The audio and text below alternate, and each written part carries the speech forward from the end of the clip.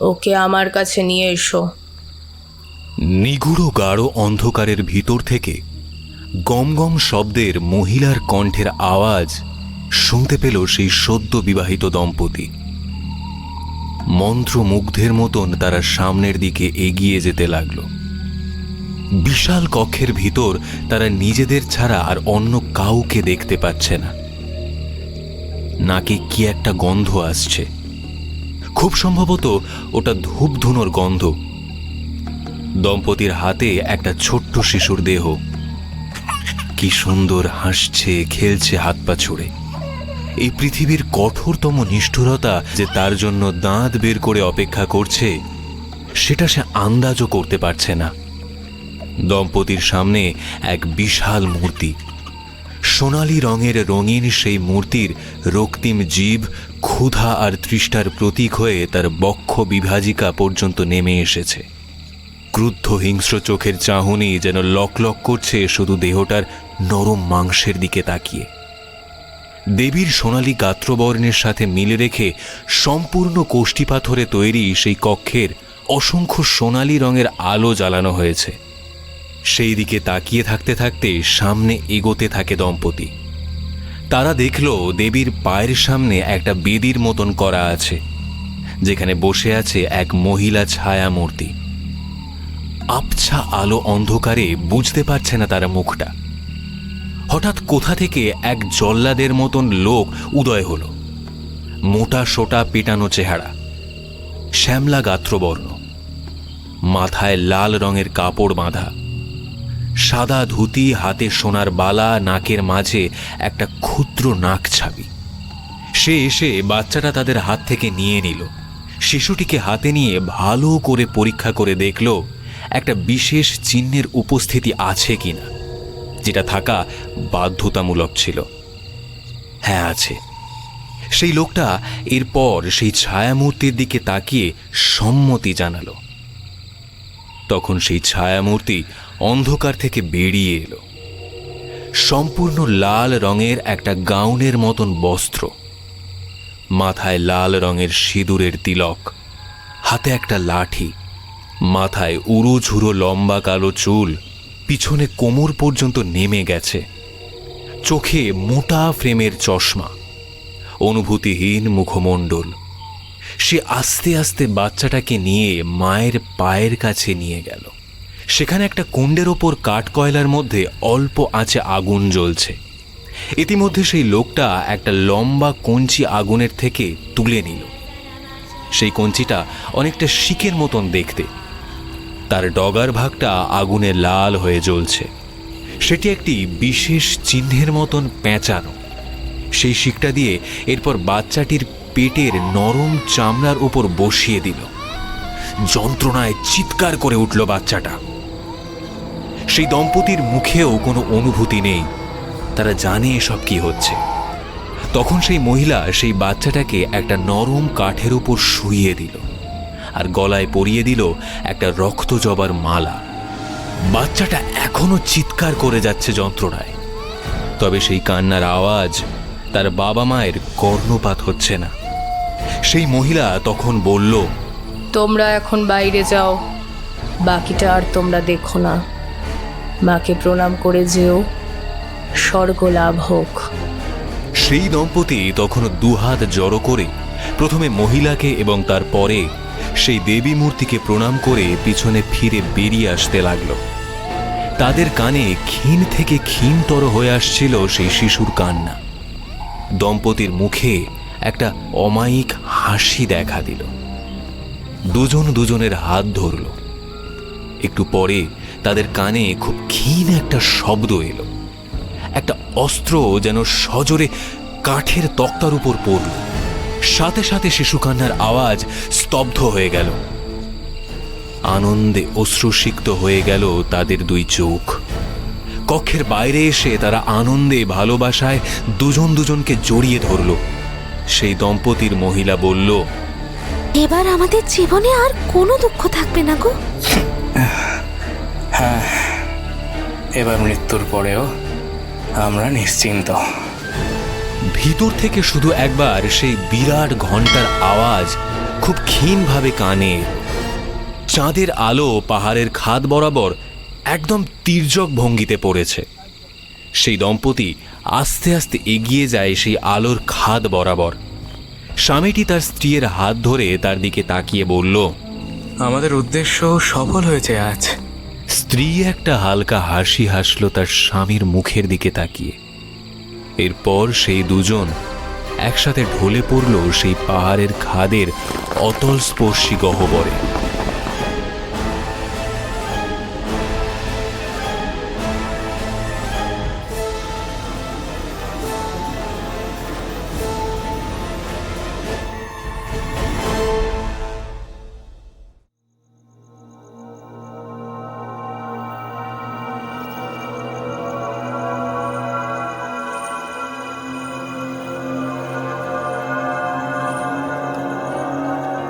Studio frequency লাইভের নিবেদন Haunted 100-এ আজ আপনাদের জন্য অর্ণব ঘোষের লেখা গল্প দ্য কাশী আশ্রম। গল্পের কাহিনী ও চরিত্র সম্পূর্ণ কাল্পনিক। বাস্তবের সাথে এর কোনো রকম মিল একান্তই অনিচ্ছাকৃত এবং কাকতালীয়। লেখক অর্ণব ঘোষ পেশায় একজন সফটওয়্যার ইঞ্জিনিয়ার এবং অবসর সময়ের নেশা বলতে সাহিত্য চর্চা। ইতিমধ্যেই তার বেশ কয়েকটি গল্প ইউটিউবে অডিও স্টোরি আকারে প্রকাশিত হয়েছে। আজ গল্প পাঠে রয়েছেন রূপ। অন্যান্য চরিত্রে নীল, দেবাশিস, রূপম, মৌমিতা, অর্পিতা, সৌমিক এবং অনন্যা। গল্পের সূত্রধার অনন্যা। প্রচ্ছদ অলঙ্করণে সমীর পিক্সেলেট। শব্দগ্রহণ অনন্যা। আবহ এবং সম্পাদনায় ফিনিক্স। পরিকল্পনা এবং পরিচালনায় অনন্যা। এখন শুনছেন দ্য কাশী আশ্রম।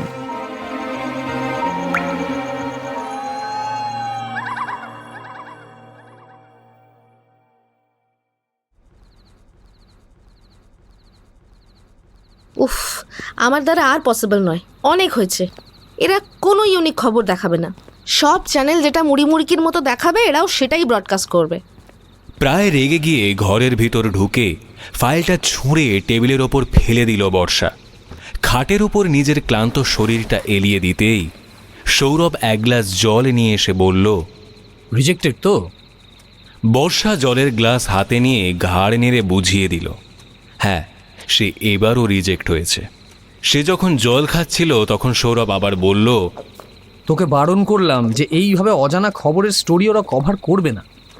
আরে ওদের মশলা চাই। তুই এখন যদি কোন মেয়ে তার স্বামীকে ফলস এলিগেশন করলো বা আইনের ব্ল্যাক ফ্ল ধরতে বসিস, তাহলে তো নিউজ চ্যানেলগুলো টিআরপি আরও নেগেটিভ লাইনে ছুটবে। আরে মশলা চাই পাবলিকের, তোকে তো আগেই বলেছি। তো মশলাটা কিসে আসে? কোন এমএলএর সদ্যজাত সন্তানের হাতে 6টা আঙুল দেখা দিয়েছে, এটা মশলা? নাকি বাংলার খ্যাতনামা অভিনেতা বিয়ের পরে পরকীয়া করতে গিয়ে ধরা পড়েছে, এটা মশলা? মশলা তুলনামূলক দ্বিতীয়টা। আর আশা করি কেন সেই কারণটা তুই জানিস। কিন্তু একটু থামল সৌরভ। বর্ষা এবার একটু উৎসুক হয়েছে।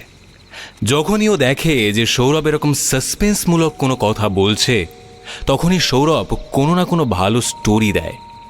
আর সেই স্টোরিগুলো যখন ওর নিউজ চ্যানেলে যায় তখন সেগুলো মারাত্মকভাবে পাবলিককে অ্যাট্রাক্ট করে। আর সেগুলো অন্য কোনো চ্যানেলে দেখায় না বলে টিআরপি হু হু করে বাড়ে। ঠিক এই কারণেই বর্ষা এখন চ্যানেলের লিড স্টোরি ফাইন্ডার। তবে তার নিজের খোঁজা একটাও স্টোরি চ্যানেলে অ্যাকসেপ্টেড হয় না। কিন্তু সৌরভের খুঁজে দেওয়া সব স্টোরি গ্র্যান্টেড। সৌরভ বেরিয়ে এসে বলল, পলিটিক্স আর ফিল্ম ইন্ডাস্ট্রি বাদ দিয়ে মুচমুচে খবর হলো ডেথ। যত ডার্ক ডেথ হবে তত বেশি টিআরপি। মানুষ ভায়োলেন্স ভালোবাসে, তুই নিজেই খেয়াল কর না। দিল্লির বুড়ারি কেস, মাস সুইসাইড। রিজওয়ানুর রেলে কাটা পড়ে মৃত্যু। মৃত্যু নাকি খুন? স্বপ্নদ্বীপের র্যাগিংয়ের মৃত্যু। অনেক হিস্ট্রি আছে। তো তোর কাছে এখন এরকম কোনো গল্প আছে? টেলিপ্যাথি নাকি? হাত মুখ ধুয়ে আয়, খেতে খেতে বলছি, 9টা বেজে গেছে। বর্ষা একটা খুশির হাসি হেসে ফ্রেশ হতে চলে গেল। বর্ষা একটা নিউজ চ্যানেলে কাজ করে আর সৌরভ একজন নামজাদা লেখক। লেখনির জন্য তাকে প্রায় অনেক সেমিনারে যেতে হয়। সেরকমই এক সেমিনারে আলাপ হয় বর্ষা এবং সৌরভের। সৌরভের অজানা বিষয়ে জ্ঞানের পরিধি বর্ষাকে খুব আকৃষ্ট করে। এরপর এক বছর বইমেলায় বর্ষা সৌরভের লেখা কিছু বই উপহার পায় তার জন্মদিনে। ধীরে ধীরে বন্ধুত্ব এবং তারপর প্রেম। সদ্য বিবাহ বন্ধনে আবদ্ধ হয়ে কলকাতার মধ্যভাগে একটা 2 BHK ফ্ল্যাট নিয়ে থাকতে শুরু করে তারা।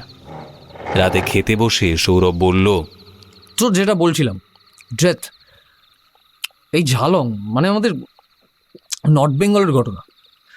গতকাল 2 স্বামী স্ত্রী নাকি সুইসাইড করেছে। লোকাল লোকজনকে জিজ্ঞাসা করেছে, কিন্তু কিছুই জানা যায়নি। শুধু তারা বলছে যে স্বামী স্ত্রী নাকি দুজনেই ভালো ছিল, সকলের সাথে ভালো ব্যবহার করত। তবে যখনই জিজ্ঞেস করা হয় যে তাদের কোনো ছেলে মেয়ে ছিল কিনা, সেই উত্তরে এলাকার লোক হ্যাঁও বলেনি আবার নাও বলেনি। পুরোটাই মৌনম অবলম্বনম।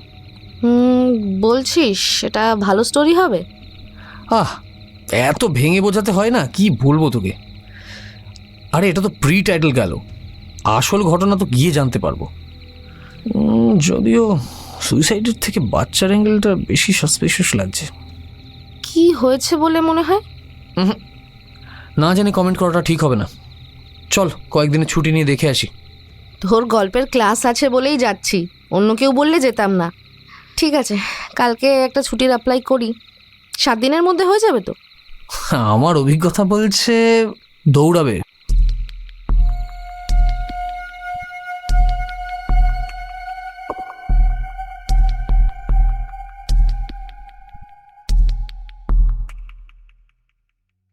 পরের দিন অফিস থেকে বর্ষা 1 সপ্তাহ ছুটি চেয়ে নিল।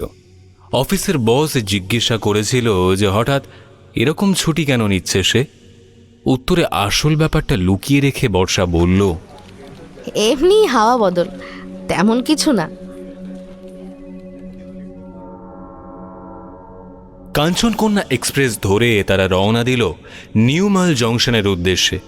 সেখান থেকে গাড়ি ধরে ঝালংয়ের উদ্দেশ্যে যাত্রা শুরু হবে। নিউমাল জংশনে নেমে গাড়ির খোঁজ করতে লাগে তারা। তাদের উদ্দেশ্য ঝালংয়ের ভিতরে পাথিরান গ্রামে যাওয়া, কিন্তু কেউ সেই গ্রামে কখনো যায়নি বলেই তারা না করে দেয়। লাগেজ হাতে নিয়ে প্রায় বিরক্ত হয়ে বর্ষা বলল, কি জায়গা রে বাবা, একজনও কেউ নামই শোনেনি। মনে হচ্ছে খুব রুরাল জায়গা, কিন্তু কেউ তো। বলতে বলতে হঠাৎ থেমে গেল সৌরভ। সে দেখল একটু দূরে একটা ভাঙা ঝরঝরে জিপ দাঁড়িয়ে আছে, আর তার পাশে একটা লোক দাঁড়িয়ে বিড়ি খাচ্ছে। সৌরভ সেই ড্রাইভারের দিকে এগিয়ে গেল। পরনে একটা হাফ হাতা শার্টের ওপর একটা সোয়েটার আর ফুল প্যান্ট। চোখ দুটো নেপালিদের মতন টানা টানা, তবে দেখে এই দেশেই লাগছে। সৌরভ বলল, তুমি যাবে?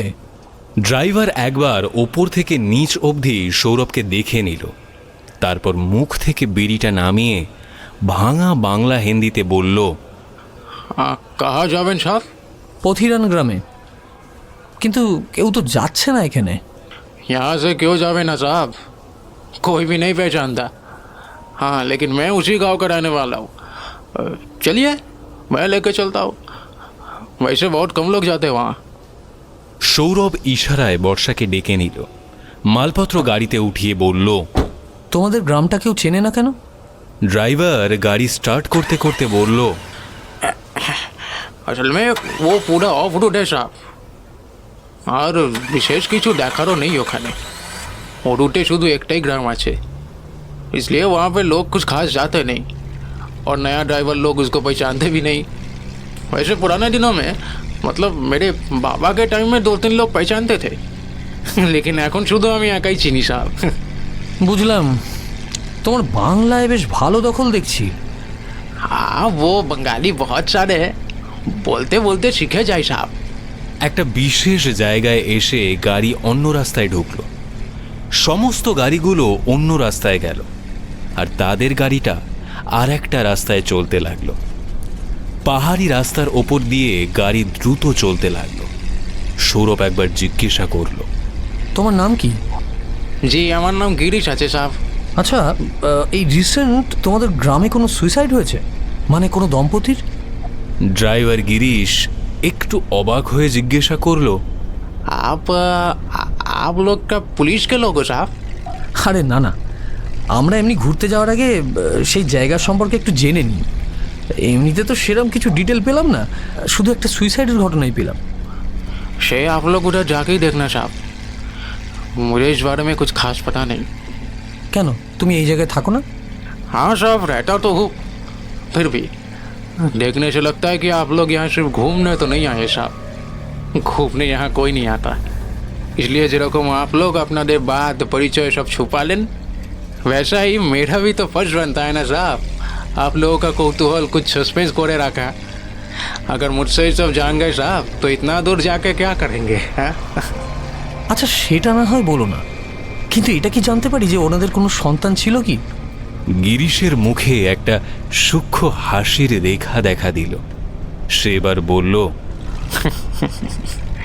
वो आप लोग गले ही देखते पावें साहब।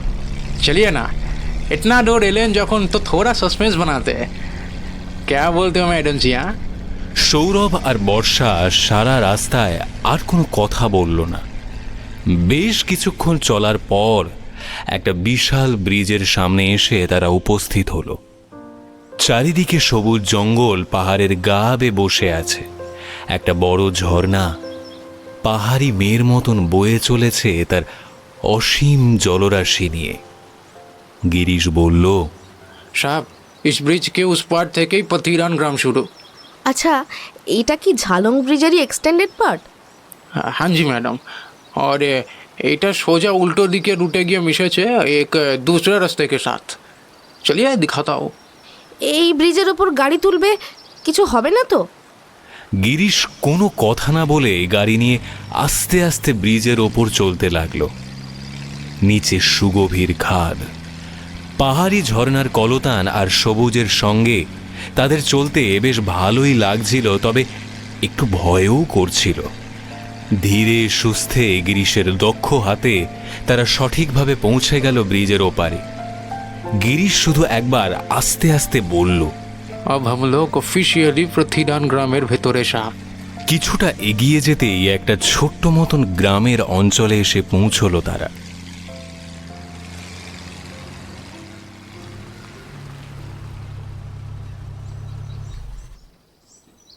গিরিশের গাড়ি আসতেই কয়েকজন লোক আর বউ এগিয়ে এলো তাদের দিকে।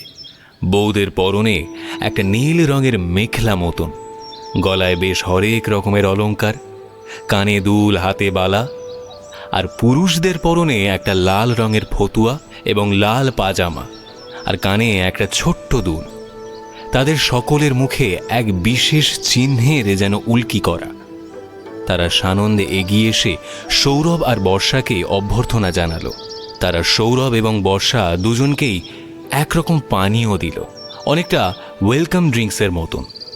সৌরভ পানীয়টা দেখেই বর্ষাকে বলল, অনেকটা লস্যির মতো লাগছে।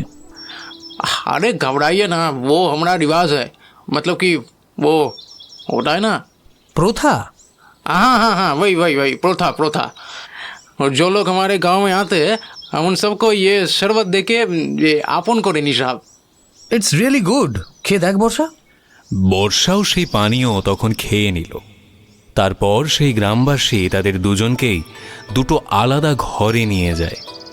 কিছুক্ষণ পরে মেখলা পরিহিত বর্ষা এবং লাল ফতুয়া পরিহিত সৌরভ বেরিয়ে আসে।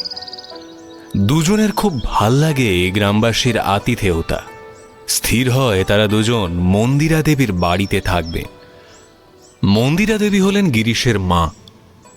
সৌরভ একটা বিশেষ জিনিস লক্ষ্য করল, গ্রামের সবারই প্রায় সন্তান রয়েছে, তবু সেই নিউজে সেদিন সন্তানের কথায় সবাই চুপ কেন হয়ে যাচ্ছিল সেইটাই অদ্ভুত লাগছে তাদের। সেদিন দুপুরে তারা মন্দিরা দেবীর বাড়িতেই খাওয়া দাওয়া করে। মন্দিরা দেবী খেতে খেতে সম্পূর্ণ হিন্দিতেই একরকম বললেন, आप लोग यहाँ क्या सिर्फ घूमने आए हो? মন্দিরা দেবী নিজে হিন্দি বললেও বাংলা বেশ ভালোই বুঝতে পারেন, তাই সৌরভ বাংলাতেই বলল। হ্যাঁ, অনেকটা সেরকমই। আমাদের ওই মানুষ যেই দিকে ঘুরতে যায় সেদিকে ঠিক যেতে মন চায় না, একটু অন্য জায়গায় যেতেই বেশি ভালো লাগে। अभी अभी शादी हुआ है क्या? একটু লজ্জা ভঙ্গিতে বর্ষা মাথা নিচু করে ঘাড় নেড়ে বুঝিয়ে দিল হ্যাঁ। মন্দিরা দেবী একটু হাসল। খাওয়া দাওয়া শেষে মন্দিরা দেবী তাদের ঘর দেখিয়ে দিল। সৌরভ এবং বর্ষা ঘরে ঢুকে দেখল বেশ পরিপাটি ঘরটা। ছোট হলেও বেশ সাজানো গোছানো। একটা আলমারি, দুটো খাট, দুটো বেতের মোড়া আর একটা ছোট্ট টেবিল আছে। হঠাৎ সৌরভ বর্ষাকে ডেকে বলল, এই একটু এদিকটা দেখে যা। বর্ষা দেখল সৌরভ একটা দেওয়ালের দিকে তাকিয়ে কি যেন দেখছে। বর্ষা এগিয়ে গিয়ে দেখল দেওয়ালের উপর একটা মহিলার ছবি টাঙানো। বয়স প্রায় 42-43 হবে। উড়োঝুড়ো চুল, পরনে লম্বা লাল পোশাক, চোখে চশমা। তার নিচে একটা লেখা ইংরেজিতে। বর্ষা লেখাটা পড়ল। গুরু ইজ গ্রেটার দ্যান গড। সেদিন বিকেলে তারা গিরিশকে সঙ্গে করে আশপাশটা একটু ঘুরে দেখতে লাগলো। আকাশ দুপুর থেকেই বেশ মেঘাচ্ছন্ন ছিল। গ্রামের বেশ কিছু ভালো ভালো জায়গা তাদের ঘুরিয়ে দেখালো গিরিশ। একটা মঠের সামনে আসতেই বৃষ্টি শুরু হয়ে গেল। বেশ ভালো জোরেই বৃষ্টি পড়ছে। তিনজনেই মঠের ভিতর একটা শেডের নিচে আশ্রয় নিল। তখন সৌরভের নজর গেল একটা পোস্টারে। সেই একই পোস্টার যেটা সে তাদের ঘরের দেওয়ালে রেখেছে।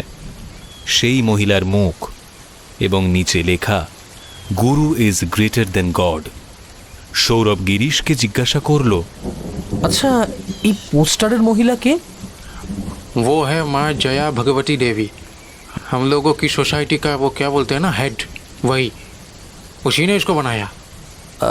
এই সোসাইটি, আই মিন এই সোসাইটি বলতে? मतलब कि हमारे कास्टिंग के लोग जा रहा, हम लोगों का खुद का कल्चर আছে, फेस्टिवल আছে। একটু খুলে বলবে প্লিজ? एक दिन घर पे पूरा बताऊंगा साहब। ये देखिए फिलहाल বৃষ্টিটা একটু ধরেছে, अभी बेरोले पहुंच जाएंगे। বর্ষা দেখল বৃষ্টিটা একটু ধরে এসেছে। তার ওই মেঘলা পরে হাঁটতে একটু অসুবিধাই হচ্ছে বলা যায়। সে তাই বলল, হ্যাঁ হ্যাঁ, বাড়িতেই শুনবো, আগে পৌঁছই তো। তিনজন বৃষ্টিতে ভিজতে ভিজতে কোনো মতে গিরিশের বাড়ির ভিতর ঢুকল। সম্পূর্ণ ভিজে গেছে মেঘলা। মন্দিরা দেবী বলল, नहा लीजिए आप दोनों, मैं आपको एक नया मेखला देती हूँ। और ठंड बहुत बढ़ गया है, घर में फायर प्लेस है, आग जला लीजिएगा। সৌরভ আর বর্ষা এতক্ষণ খেয়াল করেনি যে তাদের ঘরে ফায়ার প্লেসও করা আছে। বর্ষা যখন স্নান করতে গেল তখন একটা দেশলাই এনে আগুন জ্বালিয়ে দিল সৌরভ। একটা লালচে ডিম লাইটের আলো জ্বলছে ঘরের ভিতর। বর্ষা স্নান সেরে বেরোতেই সৌরভ তার দিকে তাকিয়ে অবাক হয়ে গেল। কি সুন্দর লাগছে বর্ষাকে, যেন বৃষ্টি ভেজা কোনো অপরূপ মেঘবালিকা। কেশ থেকে চুঁয়ে পড়া জল তার উন্মুক্ত পিঠ বেয়ে গড়িয়ে পড়ছে। কোমরের কাছে সেই জলকণা বিন্দু যেন আটকে পড়েছে। সৌরভ পিছন থেকে তাকে জড়িয়ে ধরল। বর্ষা চমকে উঠে বলতে যাচ্ছিল, কি করছো কি?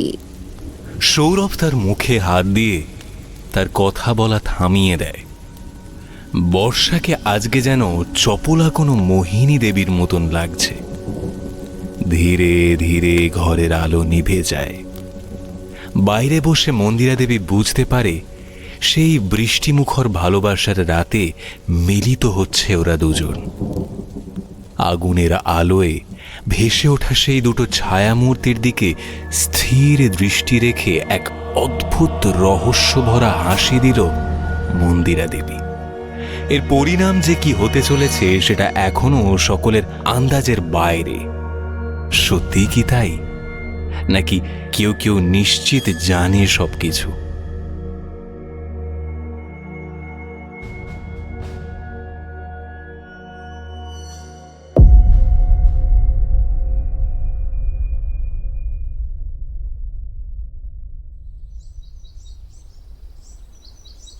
পরের দিন সকালবেলায় মন্দিরা দেবী নিজের ঘরে চায়ের জন্য সকলকে ডাকল। সৌরভ এবং বর্ষা গিরিশের সাথে মন্দিরা দেবীর ঘরে ঢুকল। এখানে টেবিল চেয়ারের বালাই নেই, মেঝের ওপর ছোট টেবিল পাতা, তার উপর সুন্দর রং বেরঙের ক্লথ পাতা, একদম খাঁটি জাপানি স্টাইল। চারজন চারদিকে বসল।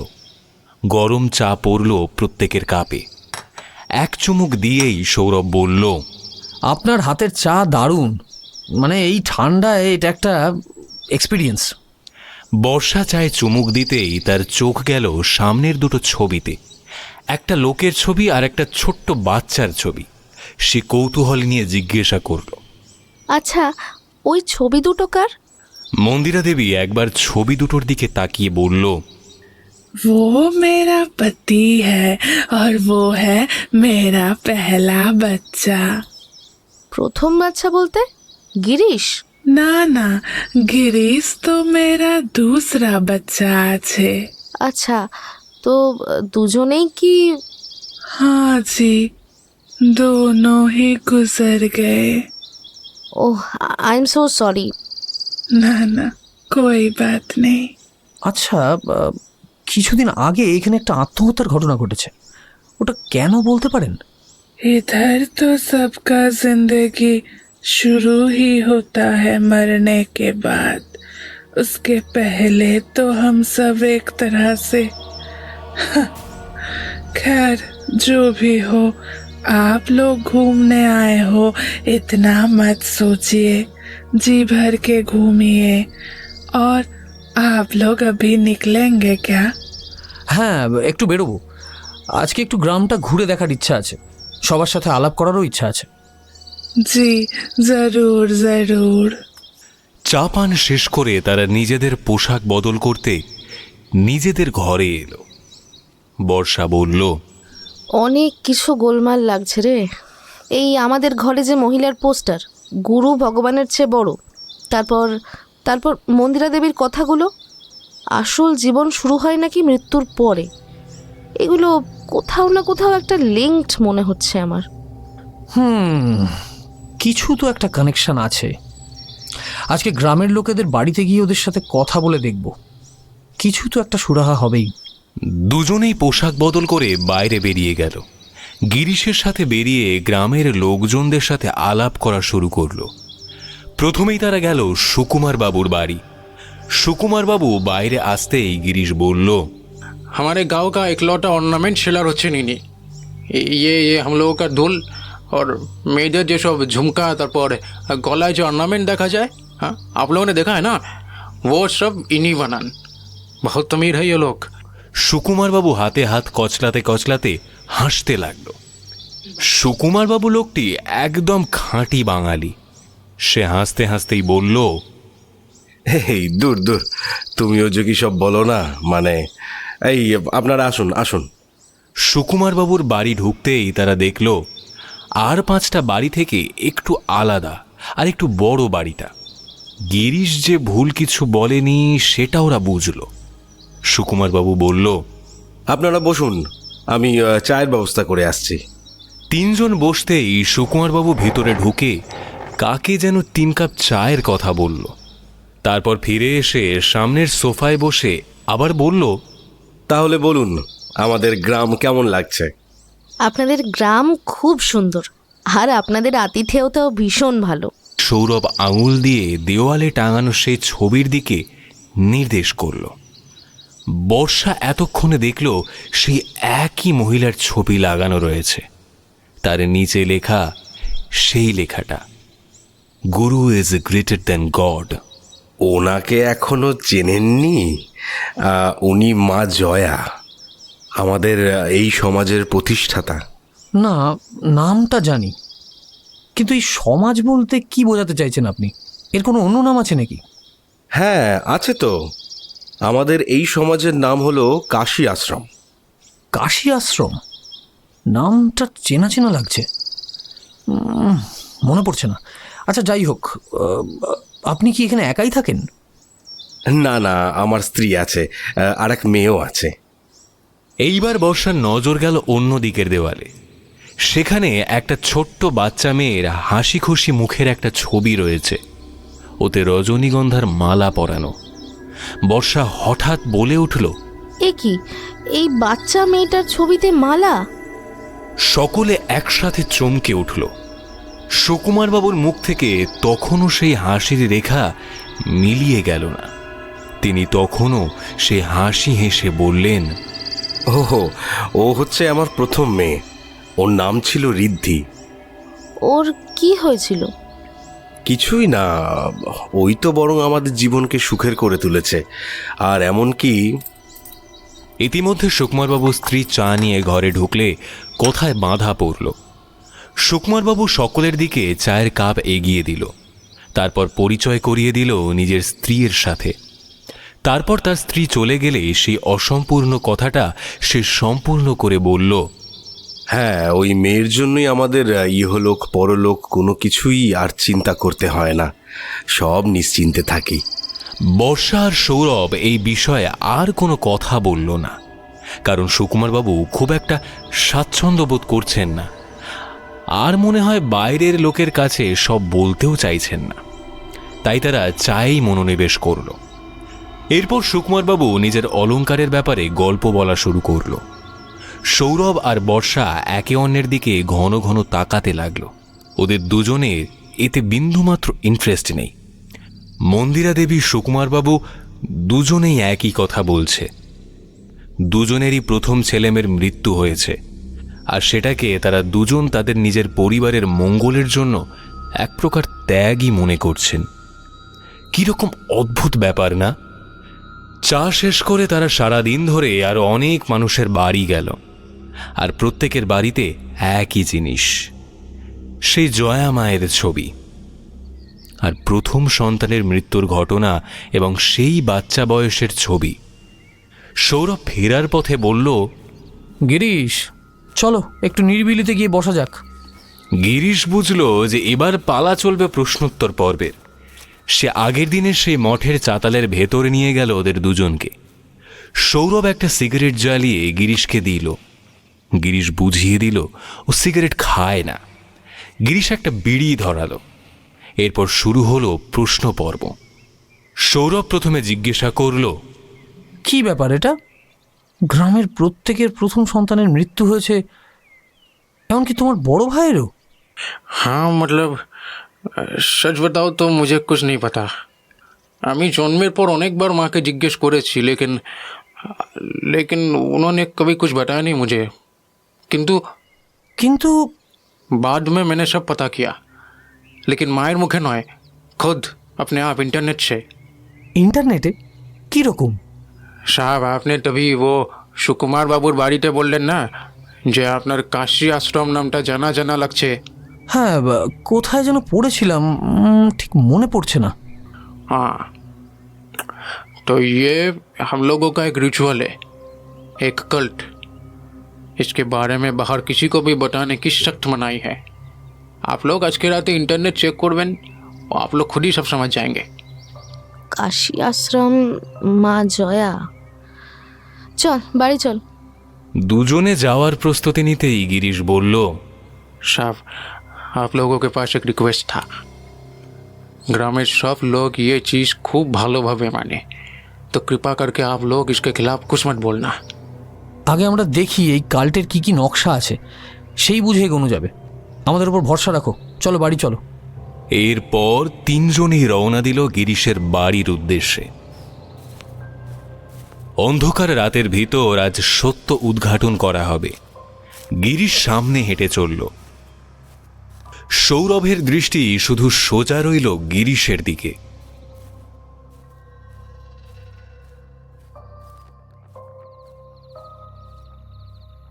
বাড়ি ঢুকে ভালো মতন খাওয়া দাওয়া করে নিল সকলে। এরপর নিজেদের ঘরে ঢুকে মোবাইল খুলে কাশী আশ্রম সম্পর্কে তথ্য দেখতে লাগলো বর্ষা। সৌরভ একটা সিগারেট ধরিয়ে মা জয়ার ছবির সামনে গিয়ে এক রাশ ধোঁয়া ছাড়ল। কিছুক্ষণ পরে বর্ষা বলে উঠল, এই শিগগির এদিকে আয়, পেয়েছি। 26শে মে 1940 সালে জন্ম হয় মা জয়া সতী ভগবতীর। তিনি হিন্দু গুরু নিম করলি বাবার একজন ভক্ত ছিলেন।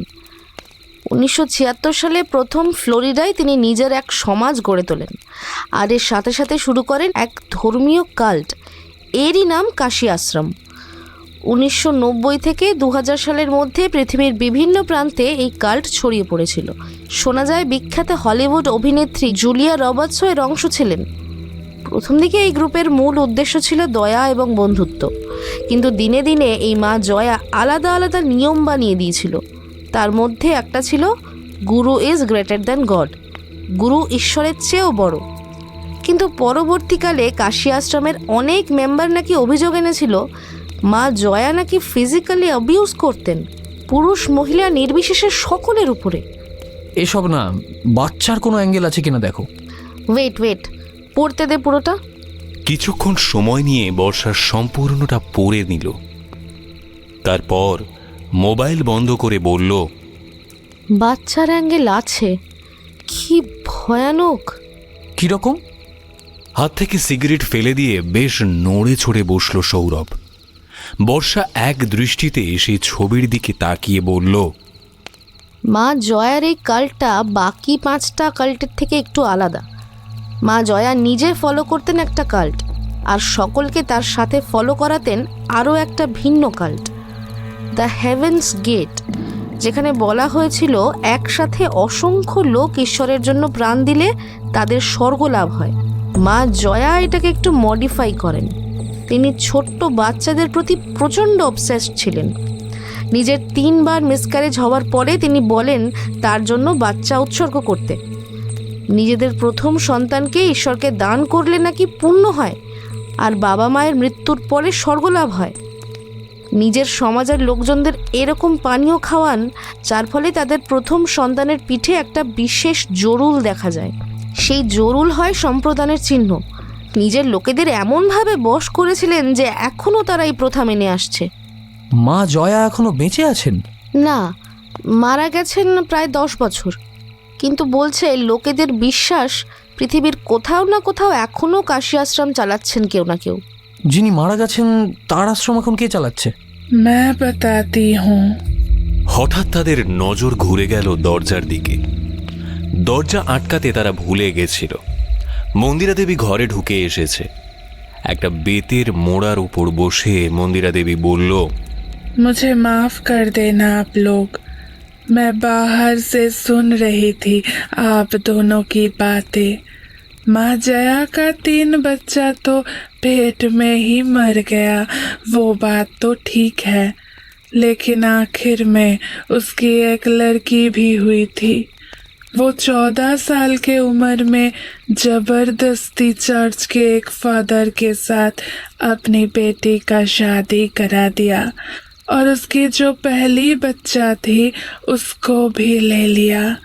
तब से वो और दिखाई नहीं दिया। फिर जया माँ जब गुजर गई तब अचानक से वो कहाँ से आई और बोली कि उसकी माँ ने ही उसको यहाँ पे भेजी है ताकि वो फिर से ये आश्रम शुरू कर सके। তো আপনাদের মধ্যে কেউ কখনো প্রতিবাদ করেনি এর? किया था। जब माँ जया थी तब एक ब्राह्मण बंगाली परिवार था, उन लोगों ने किया था, लेकिन उसकी सजा भी मिली थी उन लोगों को। মানে আপনি বিশ্বাস করেন এইসব, যে সন্তান উৎসর্গ করলে সত্যিই আপনাদের জন্য স্বর্গের রাস্তা খুলে যাবে?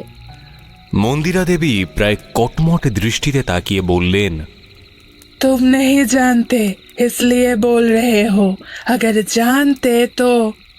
এক্স্যাক্টলি, না জেনে এত বকবক করে এই মেয়েটা। বর্ষা সৌরভের দিকে তাকাতেই দেখল সৌরভ চোখের ইশারায় তাকে চুপ থাকতে বলছে। এগুলো পুরোপুরি বিশ্বাসের ব্যাপার। বিশ্বাসে আঘাত হানলে এখন এখানে দক্ষযজ্ঞ বেঁধে যেতে পারে। এমনিতেই একটা কথায় মন্দিরা দেবী আপনি থেকে তুমিতে নেমে এলো। এরপর বাড়াবাড়ি হলে তখন সামাল দেওয়া মুশকিল হবে, তাই আপাতত চুপ থাকাটাই বাঞ্ছনীয়। সৌরভ আবার মন্দিরা দেবীর দিকে তাকিয়ে বলল, বাই দেবে, কি শাস্তি পেয়েছিল সে? जो परिवार इसके खिलाफ गया था, जया माँ अपने लोगों के मदद से पूरा परिवार को नंगा करके पूरा गांव में घुमाया था। बाद में वो परिवार कहीं गायब ही हो गया। बहुत ढूंढने के बाद भी कुछ पता नहीं चला। पता नहीं कहाँ चला गया। বুঝলাম। তাহলে আত্মহত্যার দিন সেই দম্পতি নিজের সন্তানকে উৎসর্গ করেছিল। हाँ, আচ্ছা, এই ঈশ্বরকে দান বলতে? मार डालना, बलि चढ़ाना। बच्चे का खून तो बहुत अच्छा होता है, उससे पूजा करती है वो अपने भगवान का। একসাথে তিনজনের চোখ গিয়ে পড়ল দেওয়ালের উপর রাখা সেই ছবির দিকে। সাধারণ গৃহস্থের মতন দেখতে তাকে। এর পিছনে যে বিভৎস কুৎসিত রূপ রয়েছে সেটা কেউ জানে না। সৌরভ একবার মনে মনে উচ্চারণ করল, গুরু ইজ গ্রেটার দেন গড।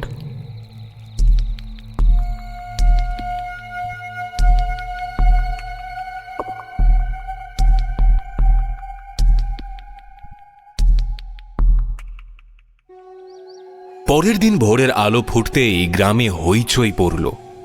ঘন ঘন শঙ্খ বাজছে আর উলুধ্বনির আওয়াজ আসছে। বর্ষার ঘুম ভাঙলে সে দেখল সৌরভ অলরেডি উঠে পড়ে ব্রাশ করছে। আড়মোড়া ভাঙতে ভাঙতে বর্ষা বলল, উফ, বাইরে কি হচ্ছে বলতো? জলদি ওঠ, গ্রামে আরেকটা বাচ্চা হয়েছে কাল রাতে, দেখতে যাব। ওঠ ওঠ ওঠ, তাড়াতাড়ি ওঠ। কোনো মতে ঘুম ঘুম চোখ নিয়ে বর্ষা তৈরি হলো। এরপর গিরিশ তাদের নিয়ে গেল সেই বাড়িতে, যেই বাড়িতে সেই সদ্যজাতর জন্ম হয়েছে। অনেকেই ভিড় করে আছে বাড়ির বাইরে। কোনো মতে ভিড় ঠেলে তারা ভিতরে ঢুকলো। বেশ মিষ্টি ফুটফুটে একটা বাচ্চা মেয়ে, সকলে কোলে নিয়ে আদর করছে। এরই মধ্যে বর্ষা কোলে নিল সেই বাচ্চাটা। সৌরভ একবার কানে কানে ফিসফিস করে বলল, খিরে, তোর একটা চাই নাকি? তোর সবার সামনে এসব কি বলছিস? চুপ কর। বর্ষার কোলে থাকা অবস্থাতেই সৌরভ বাচ্চাটাকে আদর করছিল। হঠাৎ তার হাত তার অজান্তেই চলে গেল বাচ্চাটার পিঠের দিকে। পিঠের ঠিক মাঝ বরাবর তার হাতে কি যেন ঠেকল। মনে হলো চামড়া একটু উঁচু, অনেকটা ওই জরুলের মতো। সৌরভের মনে পড়ে গেল সেই জরুলের কথা। তাহলে এটা এই বাড়ির প্রথম সন্তান? তার মানে এই সন্তানের মৃত্যু হতে হবে। সৌরভের চোখে মুখে ঘাম দেখা দিল। সে সাথে সাথে বর্ষাকে বলল, বর্ষা, বাচ্চাটাকে অন্য কাউকে দিয়ে বাইরে আয়। বর্ষা দেখল সৌরভ খুব ঘামছে। সে জিজ্ঞাসা করল, কি হলো তোর? শরীর খারাপ লাগছে? যেটা বললাম কর, আমি বাইরে দাঁড়িয়ে আছি। সৌরভ আর অন্য কোনো কথা বলল না। সোজা ভিড় ঠেলে বাড়ির বাইরে বেরিয়ে গেল। বর্ষা তখন সেই বাচ্চাটাকে অন্য একটা বউয়ের হাতে তুলে দিয়ে বাড়ির বাইরে বেরিয়ে এলো। দেখল গিরিশ আর সৌরভ একসাথে দাঁড়িয়ে আছে। বর্ষা দেখল সৌরভ নিজের রুমাল দিয়ে ঘাম মুছছে। বর্ষা এসেই বলল, কি ব্যাপার বলতো? শরীর ঠিক আছে তো? এই সন্তান এই বাড়ির প্রথম সন্তান। তুই কি করে জানলি? মেয়েটার পিঠে সেই একই জরুল অনুভব করেছি আমি। সেই জন্মদাগ, পানীয় মনে পড়ছে? ও হ্যাঁ হ্যাঁ, তাই তো। তার মানে আজ রাতেই? हाँ जी, आज के रात ही उसको बोली करा हवे, फिर उसके खून और मांग से जबरदस्त पूजा हवे। বর্ষা আর সৌরভ একবার একে অন্যের দিকে চাওয়াচাই করে নিল। সৌরভ গিরিশের দিকে তাকিয়ে বলল, মাঠের দিকে চলো, কথা আছে। তিনজন হন্তদন্ত হয়ে মঠের সেই চাতালের নিচে এসে বসল। এই অঞ্চলটা গ্রামের থেকে একটু দূরে, একটা ভাঙা পরিত্যক্ত মঠ, বেশ নিরিবিলি। সৌরভ একটা সিগারেট জ্বালিয়ে কিছুক্ষণ পায়চারি শুরু করে দিল। তারপর হঠাৎ থেমে গিয়ে বলল, আমাদের এই প্রথা বন্ধ করতেই হবে, যে করেই হোক। প্রায় ছিটকে উঠল গিরিশ। সে থতমত খেয়ে বলল, क्या? ये आप क्या बोल रहे हैं साहब? मैंने आप लोगों को बार बार इसीलिए कहा था इसके खिलाफ कुछ मत बोलना, कुछ भी नहीं। अनर्थ हो जाएगा साहब, अनर्थ हो जाएगा। তুমি তো বর্তমান যুগের ছেলে, এই যুগের ছেলে হয়ে এসব ভুয়ো জিনিসে বিশ্বাস করতে তোমার লজ্জা লাগে না? देखिए साहब, आप लोग तो चले जाएंगे, लेकिन मैं तो यही रहूंगा ना। इस प्रथा का श्राप नेमे आशवे हम सबके ऊपर। और अगर इन लोगों को एक बार पता चला कि मैंने आप दोनों का साथ दिया है, तो फिर ये लोग तो मुझे। কেউ জানবে না, আর সাপও কিছু আসবে না গিরিশ। এসব মিথ্যা বিশ্বাস ছাড়া আর কিছুই না। আচ্ছা, তুমি চাও না যে এই বাচ্চা ছেলে মেয়েগুলো বাঁচুক? তুমি নিজে ভাবো, এক না একদিন তুমি নিজেও তো বাবা হবে। পারবে নিজের প্রথম সন্তান ভূমিষ্ঠ হওয়ার পরেই তাকে বিসর্জন দিতে? বলো, পারবে? গিরিশ চুপ করে দাঁড়িয়ে রইল। বর্ষা এতক্ষণে উঠে এসে বলল, দেখো, তুমি আমার দাদার মতন। আচ্ছা, তুমি একটু ভেবে বলো তো, যেটা হচ্ছে সেটার আদৌ কি কোনো যুক্তি আছে? বাচ্চাকে মেরে তুমি স্বর্গে যাবে, এটা কখনো সম্ভব? अरे लेकिन वो बच्चा के तो प्रसाद हिसाबे दवा है। একটা বাচ্চাকে নিবেদন করা হয় গিরিশ, একটা ছোট্ট বাচ্চাকে। তার মাংস আর রক্ত দেওয়া হয়। এরা ক্ষুধিত পাষাণ, এদের মন নেই। তুমিও এদের মতো হয়েও না, প্লিজ আমাদের সাহায্য করো। मुझे माफ़ कर दीजिए साहब, अभी हम लोगों के सोसाइटी के खिलाफ कुछ नहीं कर पाऊंगा, कुछ बोल नहीं सकता मैं। বাধ্য হয়ে হাল ছেড়ে দিল সৌরভ। হাত থেকে আধখানা সিগারেটটা ফেলে দিল সে। বর্ষাকে উঠতে বলল, বাড়ি যাওয়ার দরকার। বর্ষা কাছে আসতেই সৌরভ গিরিশের কানে কানে ফিসফিসিয়ে বলল, ঠিক আছে, তোমাকে কিচ্ছু করতে হবে না। যা করবার আমরাই করব। আমরা আজ রাত 12টায় ঠিক পথিরান গ্রামের ব্রিজের সামনে অপেক্ষা করব। আমরা দুজন তোমাদের এই নির্মম প্রথা থেকে মুক্ত করে দেব। এখন আমাদের জীবন তোমার হাতে। এই বলে সৌরভ আর বর্ষা সামনে হাঁটতে লাগলো। গিরিশ পিছন থেকে শুধু তাদের উদ্দেশ্য করে বলতে লাগলো, साहब सुनिए ना, अरे मुझे इस सब में क्यों घसीट रहे साहब? हाँ, मुझे कोई जोखिम नहीं चाहिए। अरे हमें प्लीज़ अकेला छोड़ दीजिए, रहने दीजिए हमें हमारी तरह। खुश है हम लोग। साहब आओ साहब, सुनिए ना, प्लीज़ कुछ मत करिए साहब, अनर्थ हो जाएगा। सुनिए मेरी बात। ওরা কোনো কথা না বলে সোজা সামনে হাঁটতে লাগলো। গিরিশ একদিকে যেমন সৌরভদের সম্পূর্ণরূপে সাহায্য করতে পারল না, তেমন তাদের পরিকল্পনা সকলের সামনে তুলে ধরে তাদের দোষারোপ করতেও পারল না। ধর্ম সংকটে পড়েছে সে। দুপুরে গিরিশ বাড়ি ফিরে দেখল সৌরভ আর বর্ষা তার মায়ের সাথে বেশ ভালো গল্প করতে করতে খাওয়া দাওয়া করছে। গিরিশকে একটা হাসি মুখে আহ্বান জানালো সৌরভ, কিন্তু গিরিশ চুপচাপ নিজের ঘরে চলে গেল। ধীরে ধীরে বিকেল হলো। বিকেল থেকে সন্ধ্যা, এরপর রাত হলো। গিরিশের মনে তখন ভয় আর উৎকণ্ঠা। কি হতে চলেছে আজ রাতে?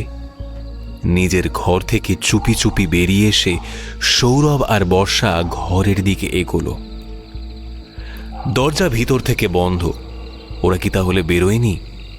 এই ভেবে ফিরে আসতে যাবে, তখনই দরজার বাইরে মাথায় খিলের কাছে এক টুকরো ছোট সুতো দেখতে পেল সে। সেটা টানতেই ভিতরে একটা খুট করে আওয়াজ হলো আর দরজাটা খুলে গেল। গিরিশ বুঝল এবার ওরা কেউ ভেতরে নেই। এই সুতোটা ভিতরের ছিটকিনি দিয়ে লাগিয়ে বাইরে থেকে টানা হয়েছে, যার ফলে মনে হচ্ছে দরজাটা ভিতর থেকে বন্ধ, কিন্তু আদতে ভিতরে কেউ নেই। গিরিশ ঘড়ির সময় দেখল তখন রাত 11:15 বাজে। সর্বনাশ! দ্রুত সে বাইরে বেরিয়ে গ্যারেজ থেকে গাড়ি বের করে রওনা দিল পাথিরান গ্রামের প্রথম ব্রিজের উদ্দেশ্যে।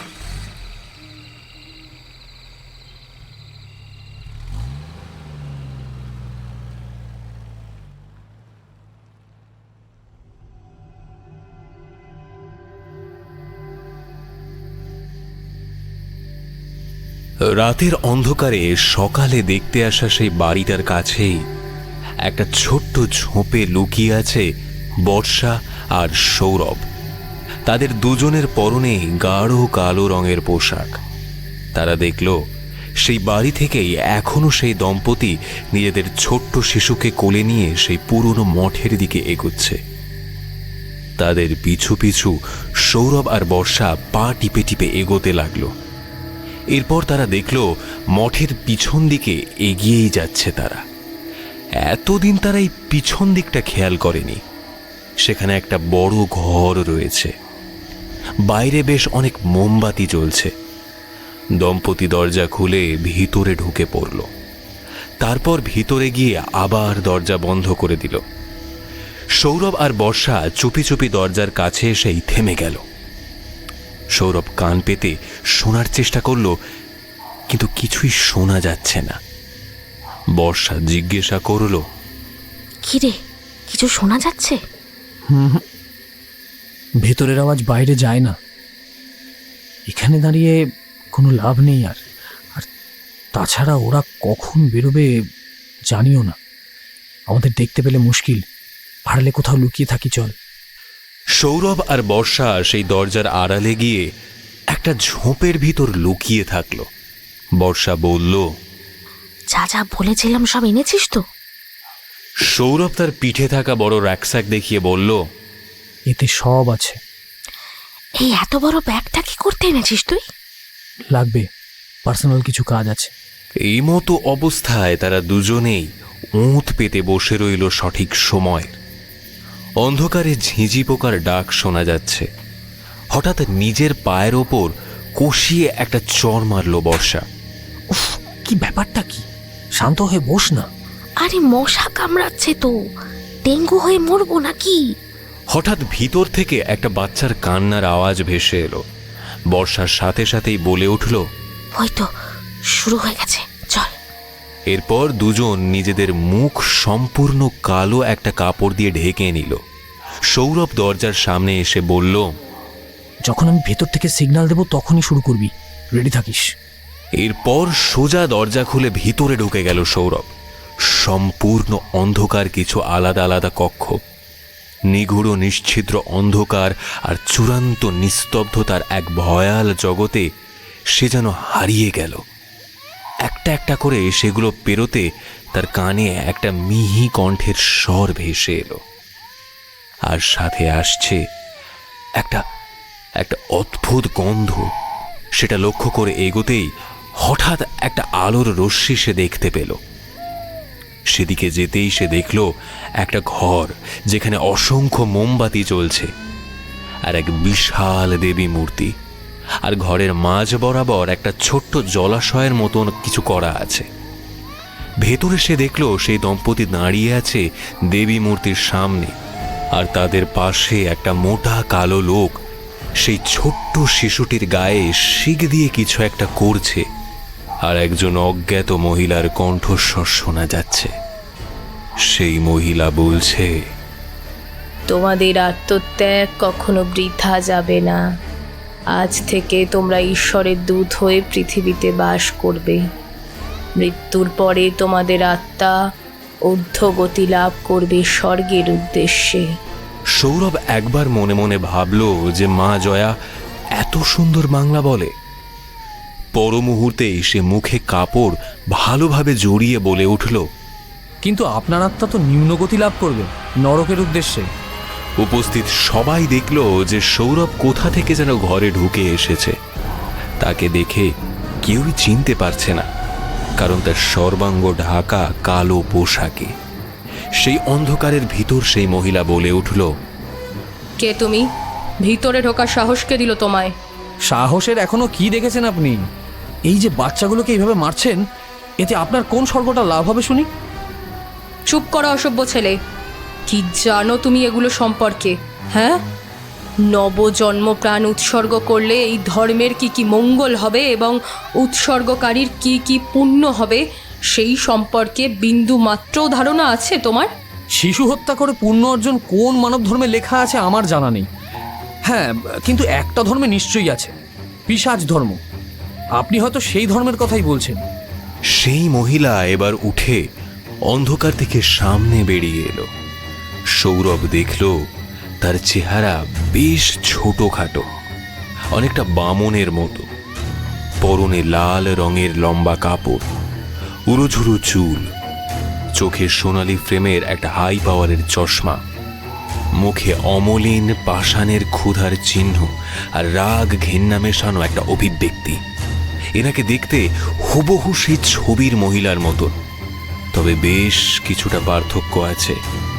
ছবির মহিলাকে দেখে স্বাভাবিক উচ্চতারই মনেই হতো, কিন্তু এই মহিলা অনেকটা বেঁটে খাটো বামনের মতো।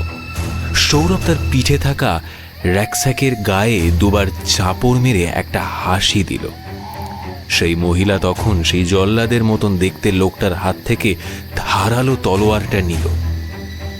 সৌরভ দেখল বাচ্চাটার গলায় একটা রক্তজবার মালা পরানো আছে। বাচ্চাটার বুকের ওপর একটা কিসের চিহ্ন যেন। পাশে রাখা গরম শিখটা দেখে সে বুঝল যে ওটার অগ্রভাগ দিয়ে বাচ্চাটার বুকে ওই চিহ্নটা করা হয়েছে। এখনো লাল হয়ে তেতে আছে ওটা। কতটা নিষ্ঠুর হলে কোনো মানুষ এই রকমের কাজ করতে পারে। বাচ্চাটা এখনো কাঁদছে। মহিলা তরোয়াল উঁচিয়ে ধরতেই সৌরভ আবার বলল, ভেবে দেখুন, আর একটা বাচ্চার প্রাণ যদি নেন তবে সেটাই কিন্তু হবে আপনার শেষ প্রাণ নেওয়া। জল্লাদ মতন লোকটা ক্রমাগত এক টানা ঘন্টা বাজিয়ে চলেছে। মহিলা শুধু কটমট দৃষ্টিতে একবার তাকালো সৌরভের দিকে, এরপর সজোরে সেটা বসিয়ে দিল সেই বাচ্চাটার গলার উপর। সৌরভের দুই চোখ বেয়ে জল নামছে। অবাক হয়ে গেল সে বাচ্চার বাবা মায়ের মুখের একটা অদ্ভুত হাসি দেখে। নিজের রক্তের ফুটফুটে সন্তানকে কেউ এভাবে বলি দিয়ে দিল আর তারা হাসছে। সৌরভ সাথে সাথে তার পকেট থেকে একটা ছোট্ট বাঁশি বের করে একবার জোরে বাজালো। সেই মহিলা আবার অট্ট হাসির মতন হেসে ফেলল।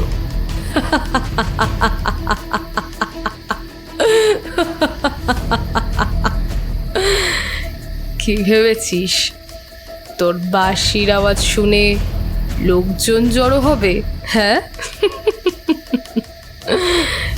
আরে এখানে কেউ আসবে না। এখানে সবাই আমার কথাতেই চলে। কিন্তু একজন আসবে তো। কে কে আসবে? অগ্নিদেব।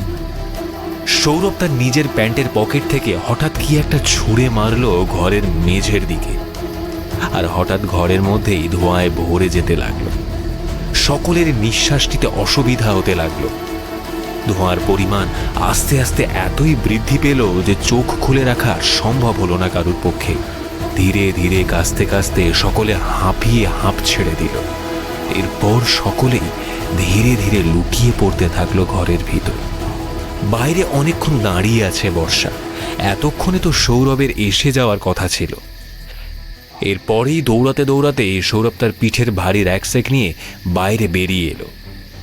বর্ষা বাইরে দাঁড়িয়েছিল দেশলাই হাতে। সৌরভের পিঠের ব্যাগটা দেখে বর্ষা বলল, এ কি, ব্যাগটা নিয়ে বেরিয়ে এলি যে? ভেতরে কেরোসিন ঢালিসনি? ঢেলেছি, তাড়াতাড়ি আগুন ধরা এবার। তো ব্যাগে করে কি আনলি আবার? উফ, যেটা বলছি কর না।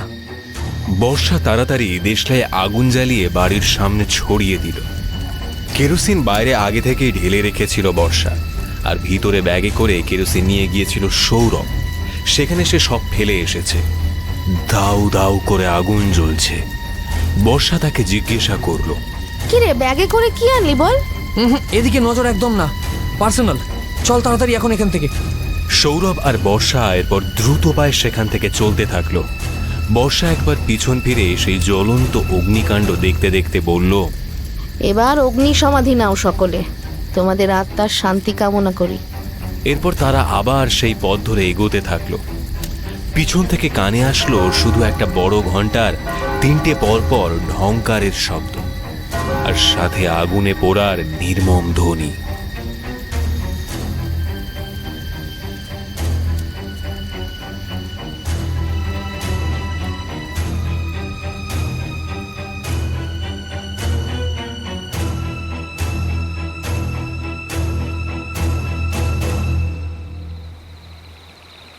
পাথিরান গ্রামের সেই ব্রিজের কাছাকাছি আসতেই সেই ঝর্ণার তীব্র আওয়াজ কানে আসতে লাগলো তাদের। সাথে একটা ঠান্ডা বাতাসের ঝলকানি গায়ে আসতে থাকলো। সেই সবুজের সমারোহ আর সেই সাদা দুধের মতন জলরাশি। গাঢ় অন্ধকার রাতেও সেই ঝর্ণার ঝরঝর শব্দ আর ঠান্ডা বাতাস যেন একটা শান্তির আভাস দিচ্ছিল। সৌরভ আর বর্ষা দেখল সেই ভাঙাচোরা ব্রিজের ওই পারে একটা জিপ দাঁড়িয়ে, আর সেখানে আছে স্বয়ং গিরিশ। সৌরভ আর বর্ষা হাসি মুখ নিয়ে সেদিকে এগিয়ে গেল। গিরিশের কাছে আসতেই গিরিশ বলল, आप लोग सब ঠিক আছেন তো? এই তো দেখতেই পাচ্ছ, তোমার সামনেই সশরীরে উপস্থিত হয়েছি। তুমি তো বললে আসবে না, তা এখন এখানে কি করছো? গিরিশ দুজনের দিকে একবার ভালো করে তাকিয়ে বলল, देखिए साहब, मैं अपने गांव वालों के खिलाफ, अपने लोगों के खिलाफ तो आवाज़ नहीं उठा सकता, लेकिन आप लोग इस गांव के मेहमान हैं। আপনাদের আমি নিয়ে এসেছি, তো सही सलामत ফেরানোর দায়িত্ব আমার। চলিয়ে চলিয়ে উঠিয়ে উঠিয়ে সাহেব, দেড় মার कीजिए, উঠিয়ে উঠিয়ে। আর কোনো কথা না বাড়িয়ে তারা গাড়িতে উঠে পড়ল। গাড়ি ঝড়ের গতিতে ছুটে চলল নিউমাল জংশনের দিকে। সারা রাস্তায় তিনজনের কেউই কোনো কথা বলল না।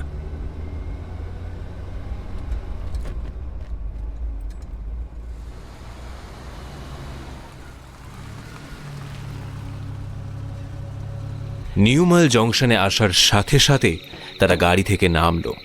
গিরিশ তাদের বলল, রাত কো ট্রেন है साहब, और প্ল্যাটফর্মে মেশিন আছে, টিকিট পেয়ে যাবেন। বর্ষা একবার শুধু জিজ্ঞাসা করল, আর তুমি তুমি কি করবে? ফিরে গিয়ে কি বলবে ওদের? সেটা না হয় আমাকেই বুঝে নিতে দিন ম্যাডাম। আচ্ছা, শুক্রিয়া।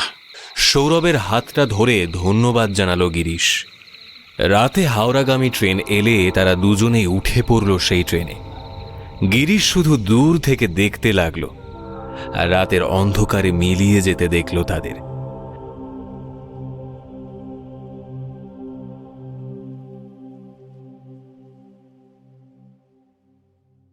বাড়ি ফিরে একদিন পরেই বর্ষা নিজের চ্যানেলে খবরটা স্টোরি শোনালো।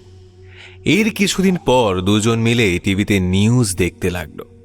দ্য ফেমাস কাশী আশ্রম জ্বলে পুড়ে ছারখার হয়ে গেছে। প্রশ্ন উঠছে 2013 সালে এই কাল্টের স্রষ্টা মারা গেলেও এতদিন এই কাল্ট কে চালাচ্ছিল?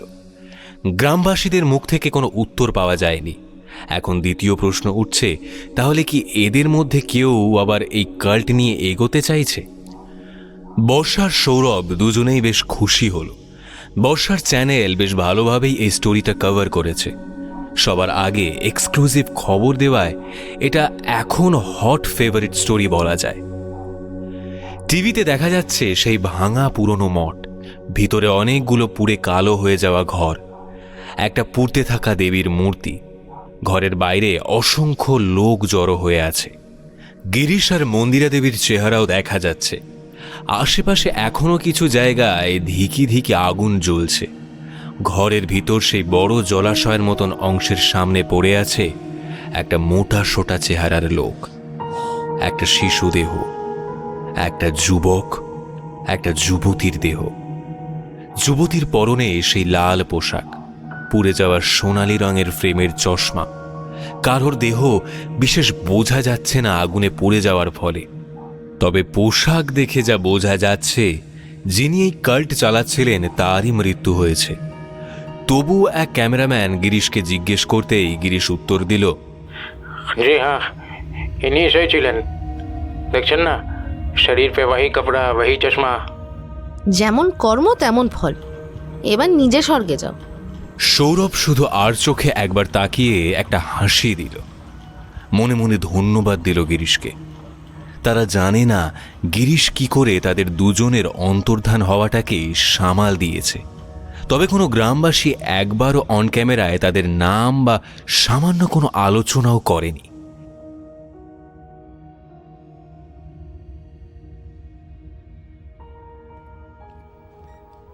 এর ঠিক 9 মাস পরের ঘটনা। হাসপাতালের বেডে শুয়ে আছে বর্ষা। আজ তার ডেলিভারি ডেট ছিল।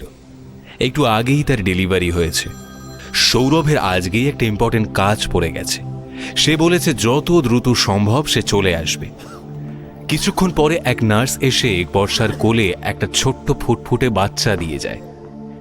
চোখ দিয়ে জল পড়তে থাকে তার। অবশেষে মা ডাক শুনবে সে।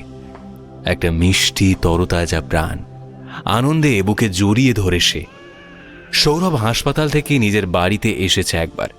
হাসপাতালে কিছু লিগ্যাল ডকুমেন্ট লাগবে, সেগুলো নিতেই সে এসেছে বাড়িতে। হঠাৎ বেরোতে গিয়েই থমকে দাঁড়ালো। তার নজর চলে গেল সোজা দোতলার কাজের ঘরে। মুখে একটা পৈশাচিক হাসি খেলে গেল তার।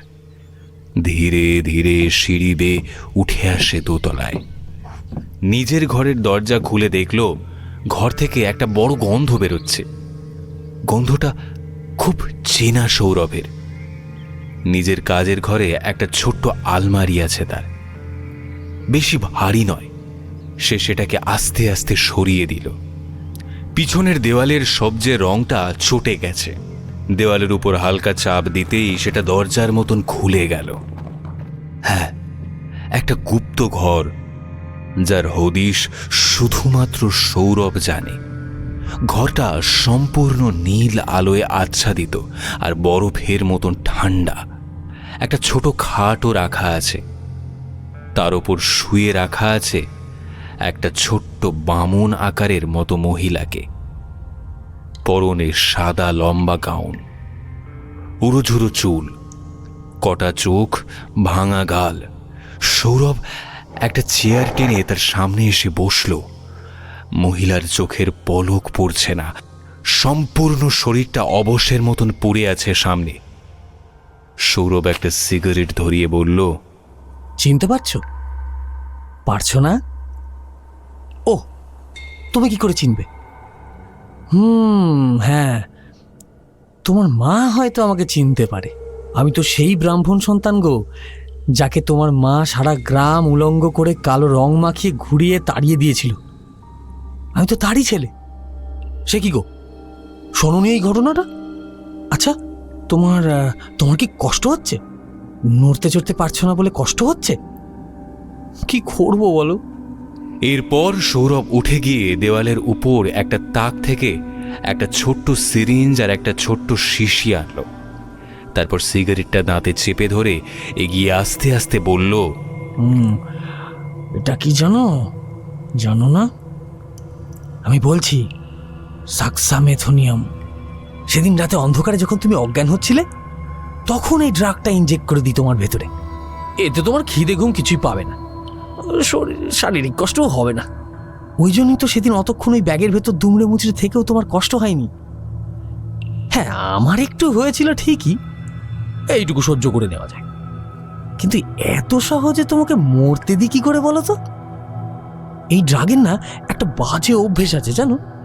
এই বলতে বলতে সে সেই মহিলার গাউনের হাতের অংশটা তুলে ধরে সেখানে একটা স্প্রে করতে থাকে আর শিরা খুঁজতে থাকে যাতে সেই ড্রাগ ইনজেক্ট করতে পারে। এর সাথে সাথেই সে বলতে থাকে, বাজে অভ্যেসটা হলো একটু বেশি ডোজ হয়ে গেলে তুমি মরে যাবে, আর সঠিক ডোজ দিলে প্রতি 9 মাস অন্তর আবার একবার রিফিল করতে হবে, নয়তো তোমার আবার হাত পা চলা শুরু করবে। তখন আবার আমার মুশকিল হয়ে যাবে। সিরিঞ্জের সবটুকু ড্রাগ শরীরে চালান করে দিয়ে সে তুলো ঘষতে ঘষতে বলল, তোমাকে এভাবে অসহায় তেজহীন দেখার শখ আমার অনেক দিনের। এখন আমার ইশারায় তুমি নাচছো। আমি যেদিন চাইবো সেদিনই তোমার শেষ দিন হবে। যাকে যাক, যেটা বলতে এসেছিলাম, আজ আমার সন্তান হবে গো, বলি দেবে না? হ্যাঁ কি গো?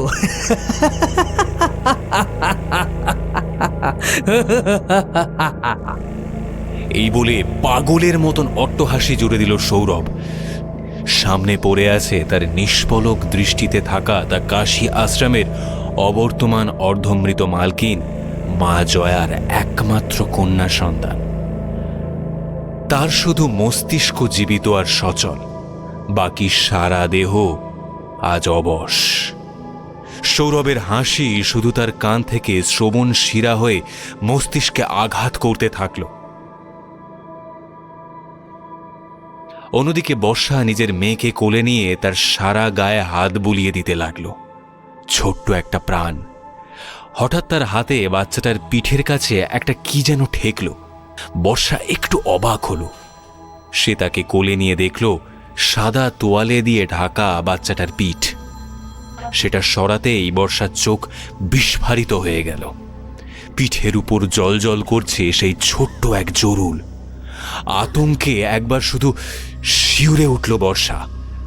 তার একবার মনে পড়ল পাথিরান গ্রামের সেই ওয়েলকাম ড্রিঙ্কসের কথা। হ্যাঁ, সে নিজেও তো ইন্টারনেটে পড়েছিল নবদম্পতিদের একটা পানীয় খাওয়ানো হতো, যার জন্য সন্তানদের পিঠে ওই জরুল আসতো। তাহলে সেই পানীয় কি ওয়েলকাম ড্রিঙ্কসই? বর্ষার মনে পড়ে গেল গিরিশের সেই কথাটা। वो जो लोग हमारे गांव पहली बार आते हैं আমরা তাদের আপন করে নিই এই শরবত দিয়ে। চোখ দুটো বিস্ফারিত করে তাকালো বর্ষা সেই জরুলের দিকে। ইন্টারনেটে বলা আছে কাশী আশ্রমের বিশ্বাস অনুযায়ী এই জরুল ঈশ্বরের প্রতি নিজের অস্তিত্বের সামান্য ভাগ প্রদান করা।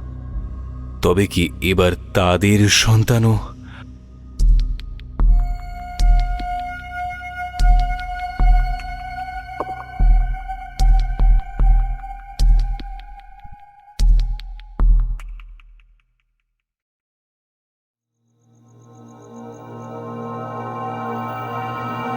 এতক্ষণ শুনছিলেন অর্ণব ঘোষের লেখা গল্প দ্য কাশী আশ্রম। গল্পটি কেমন লাগলো অবশ্যই আমাদের কমেন্ট বক্সে জানান। আপনার লেখা বা পছন্দের কোনো গল্প শুনতে আমাদের মেল করতে পারেন frequencylive5@gmail.com এই ঠিকানায়, এবং ফলো করতে পারেন আমাদের ফেসবুক পেজ হন্টেড 100। হন্টেড 100-এর আরও নতুন নতুন গল্প শুনতে সাবস্ক্রাইব করুন আমাদের ইউটিউব চ্যানেল। শুনতে থাকুন। Haunted